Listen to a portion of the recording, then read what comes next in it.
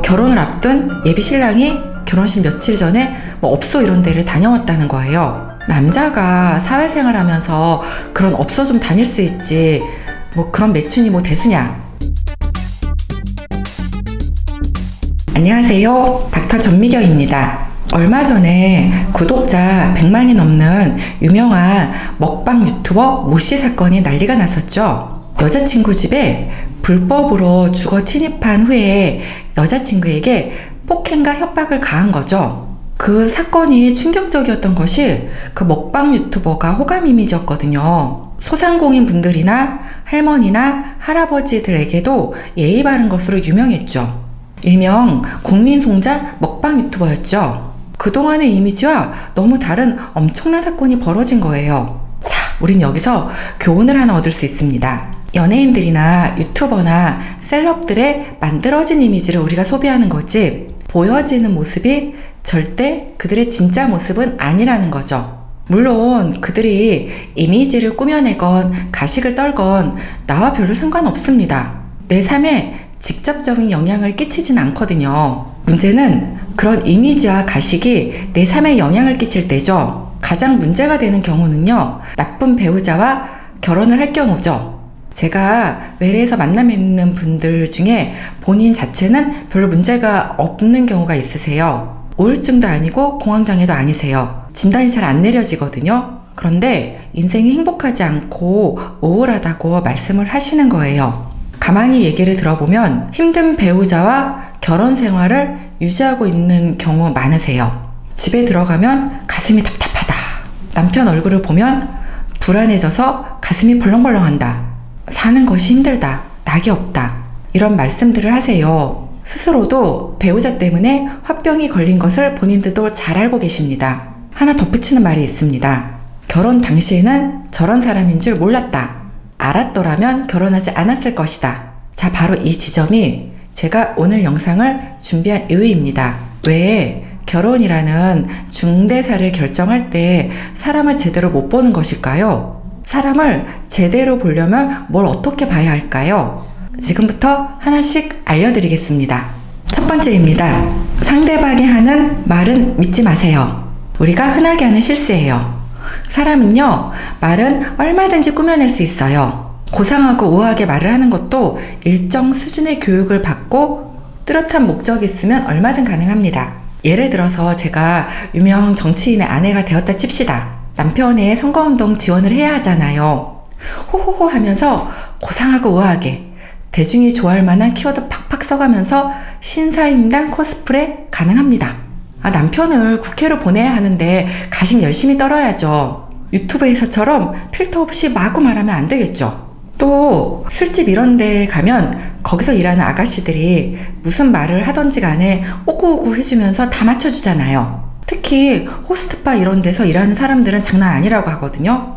저도 말만 들은 거예요. 한 푼 두 푼 월급 모아서 돈이 모아지면 호스트바를 가는 분이 계시는 거예요. 왜 힘들게 번 돈을 그리 쓰시느냐 그리 여쭤봤거든요. 호스트바 총각들, 일명 그쪽 어깨 전문 용어 선수들이죠. 누님 하면서 입에 혀처럼 군다고 합니다. 그것을 잊을 수가 없다고 유일한 삶이 낙이라고 하면서 가시는 분 봤습니다. 자, 우리는 이런 선수 같은 사람들을 이리 생각하면 됩니다. 말은 잘하네 혹은 말만 잘하네입니다. 다른 버전도 있습니다. 말은 예쁘게 잘하네, 말만 예쁘게 잘하네입니다.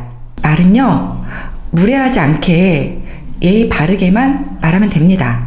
예쁘게, 능수능란하게, 또는 상대방의 비율을 잘 맞추는 아부성 발언을 크게 볼 필요는 없어요. 물론 나에게 무례하게 말하는 경우도 그냥 보고 넘길 이유도 없고요. 최소한의 지켜야 할 선은 지켜야 한다는 거죠. 누군가가 하는 말만으로 그 사람이 좋은 사람이다, 괜찮은 사람이다, 이리 높게 평가할 필요는 없습니다. 두 번째, 말을 제외하고 상대방의 행동을 보세요. 행동을 보면 그나마 그 사람의 진정성을 볼 수 있습니다. 아내가 감기 몸살이 심하게 걸린 거예요. 온몸이 다 아프고 땀을 삐질삐질 흘리며 누워있는 상황인데 남편이 그러는 거죠. 우리 자기 아파서 큰일이네. 몸조리 잘하고 푹 쉬고 있어. 이리 말하고요, 친구들 만나서 늦게까지 술 마시고 들어오는 거예요. 문제는 아직 애들이 어려서 밥을 차려줘야 되는 상황이거든요. 몸살난 몸을 이끌고 애들 밥 차려주고요. 입맛은 하나도 없는데 약을 먹어야 하니까 밥에 물 말아 먹으면서 성질이 나더래요. 남편이 말까지는 예쁘게 했는데 행동은 별로였죠. 별거 아닌 친구와의 약속은 양해하려고 하고 나가지 말았어야죠. 아내가 푹 잘 쉴 수 있게 아이들 밥도 차려주고 전복죽이라도 하나 사주고 여기까지 해야지 예쁜 말 속에 남편이 진정성이 들어가는 거죠. 이 시점에서 진정 어린 사과가 얼마나 공연물인지 우리 한번 짚고 넘어갑시다. 누가 큰 잘못했단 말이에요. 그 사람이 진정 어린 사과를 할 경우에는요, 그에 따른 합당한 보상과 책임까지 해야지만 완성이 됩니다. 말 자체만으로는요, 악어의 눈물이 될 수 있어서 별로 값어치가 없습니다. 박혜미 씨 남편이 박혜미 씨 제자들 여러 명 태우고 음주운전해서 사고를 냈죠. 그 사고로 20대와 30대 꽃다운 청년 2명이 사망하게 되었고요. 박혜미 씨가요, 피해자들 보상을 위해서 살던 집을 팔았고요. 그 사건 이후로 남편과 이혼을 하게 됩니다. 본인의 잘못도 아닌 배우자의 잘못이었는데도 자신이 할 수 있는 최선의 책임을 다해준 거죠. 여기서 박혜미 씨가 말로만 진심으로 사죄드린다고 하지 않았습니다. 행동으로 본인의 진정성을 보여주었습니다. 말과 행동으로 사람을 평가하는 건 별로 어렵지 않습니다. 겉으로 드러나거든요. 그러나 실은 행동까지도 어떤 목적을 가질 경우에 꾸미는 건 가능합니다. 연애할 때 나에게 잘해주는 거 그거 하나 보고 결혼했다가 이생망 외치고 계신 분들 많습니다. 세 번째, 행동 너머에 있는 그 사람의 가치를 봐야 합니다. 가치라는 건 그 사람의 인생관이라든가 철학이라든가 이런 거죠. 가장 쉽게 우리가 알 수 있는 건 정치관과 종교입니다. 그 밖에도 여러 가지 것들을 볼 수 있는데요. 이번 책에서도 제가 언급을 했습니다. 사람과의 만남에서 빡친 코드, 즉 어느 지점에서 얼마만큼 분노하는가를 보면 그 사람이 가진 가치를 알 수 있습니다. 예를 들어서 저는 음주운전하는 사람들을 보면 잠재적 살인자라고 여기거든요. 술을 마셨으면 택시를 타던가 대리운전은 부르던가 그래야 되는데 괜찮다고 하면서 그냥 운전대 잡는 사람들 있잖아요. 내 술, 내 운전, 내 죽음으로 끝나는 거야. 제가 할 바는 아닌데요. 엄한 사람을 쳐서 다치게 하거나 죽이기도 하잖아요. 음주운전을 아무렇지도 않게 마구 하고 다니는 사람들 보면요, 자기 관리도 안 되고 남도 전혀 배려하지 않는 사람으로 전 보이더라고요. 또 이런 경우 흔하죠. 결혼을 앞둔 예비 신랑이 결혼식 며칠 전에 업소 이런 데를 다녀왔다는 거예요. 이 결혼을 해야 할까요 말까요? 인터넷 커뮤니에 물어보는 거죠. 남자가 사회생활 하면서 그런 업소 좀 다닐 수 있지 그런 매춘이 대수냐, 이를 생각하는 여자라면 이 결혼 진행하는 거고요. 내가 사람을 잘못 봤구나, 나는 이런 행동은 절대 용납할 수 없다, 이를 생각하는 여자라면 이 결혼을 엎어야겠죠. 또 어떤 사회적 이슈를 얘기하면서 나와 너무나 다른 분노 코드를 가진 경우라면 나와 너무나 다른 가치를 가진 것으로 보면 됩니다. 예를 들어서 정의 사건 있었잖아요. 저는 정말 안타깝고 분노가 올라오더라고요. 저딴 건 인간도 아니다. 저딴 인간이 있냐, 이를 생각했거든요.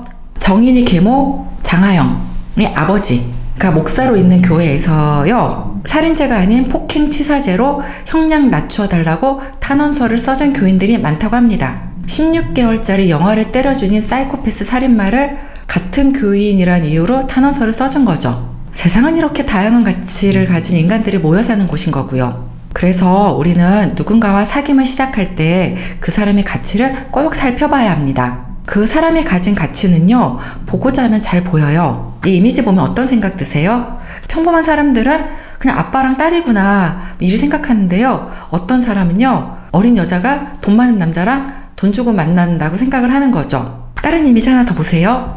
이 장면 보면요, 바다로 들어가죠. 어떤 사람들은 스마트폰이 빠졌구나, 물에서 건지러 가는구나, 이를 생각하는 사람도 있고요. 또 어떤 사람들은 사는 게 힘들어서 자살하려고 물에 들어가는구나, 이렇게 생각한다는 거죠. 사람은 자신이 가진 가치를 밖으로 드러내거든요. 그래서 우리는 사람들이 하는 말과 행동을 주의 깊게 살피면 그 사람이 어떤 가치를 가지고 있는 사람인지 잘 볼 수 있습니다. 네 번째는 그 사람의 인성입니다. 개인적으로는 이게 가장 중요하다고 봐요. 인성은 그 사람의 핵심이죠. 가치랑 비슷하기도 한데 좀 더 핵심입니다. 결혼 생활 힘들다는 분들은요, 말이라든가 행동이라든가 가치를 넘어서 배우자가 바로 이 인성이 문제인 경우가 많아요. 이기적인 배우자 때문에 힘들어하는 거죠. 인성은 살면서 어떤 일을 부딪힐 때 딱 알 수 있는데요. 우리 모두는 결혼을 준비하면서 조상신 찬스 한 번은 지나갑니다. 레이트판 사연이에요. 간단하게 제가 설명해 드릴게요. 비슷한 연봉을 받는 직장을 다니는 남녀가 있단 말이에요. 이제 결혼을 하기로 했어요. 남자 쪽은 7천을 모았고 집에서 1억을 지원해 주기로 한 거예요. 여자 쪽은 모은 돈이 없어요. 하지만 회사 근처 경기도에 32평 아파트를 가지고 있었죠. 몇 년 전에 부모님이 시드머니를 지원해 주셔서 산 거예요. 현재 열심히 대출금을 갖고 있는 상황이었거든요. 그래서 모은 돈이 없는 거죠. 아파트 시세는 7억 정도고요. 현재는 2억 정도 대출이 남아있는 상황이었어요. 인사하러 남친네 갔더니 남친 어머니가 어찌 돈을 하나도 모으지 못했냐고 핀잔을 막 준 거예요. 그러면서 내가 지원금 1억 줄 테니까 대출금 갖고 같이 공동명의 하라고 한 거죠. 어이가 없는 상황이죠. 이 결혼 못하겠다고 하니까 남친이 어찌 네 것 내 것을 따지냐면서 너 참 이기적이다 이리 말한 거예요. 여자분이 내가 정말 이기적인 사람이냐고 네티즌에게 물어본 거죠. 남친과 남친 어머니가 무경하고 이기적인 거죠. 초장에 기선제압하면서 1억 투자하고 7억짜리 집 공동명의 하려고 하다가 똑똑한 여자분이 바로 결혼 파토 낸 거죠. 물론 이거 남자와 여자 입장이 바뀌더라도 공동명의는 말이 안 되죠. 폭력적인 사람과 결혼해서 힘들어하고 계신 분들 계시거든요. 결혼 전에 몰랐느냐 이리 여쭤보니까 기미는 있었대요. 화가 난 상황에서 자동차 유리를 깨더라. 또 다른 분은 결혼 전에 말다툼을 하다가 따귀를 맞은 거예요. 싹싹 빌고 다시는 안 그러겠다. 그래서 한번 실수를 여기고 봐줬다는 거죠. 또 어떤 분은 와이프가 평소에도 말을 함부로 하고요. 싸웠다 하면은 XX 막 이런 욕 마구마구 하는 거예요. 또 남편이 벌어오는 돈을 저축을 하나도 안 하고 자기 옷 사입고 자기 용돈으로 다 쓰는 거고요. 말다툼을 하면 물건 집어던지고요. 밖에 나가서 모텔 이런 데서 하룻밤씩 자고 들어오는 거예요. 결혼 전에 몰랐냐고 물어봤거든요. 아내가 미혼 시절에 제대로 된 직장에 다녀보지 못한 건 알았다네요. 그래도 살림은 잘할 거라고 생각했다는 거죠.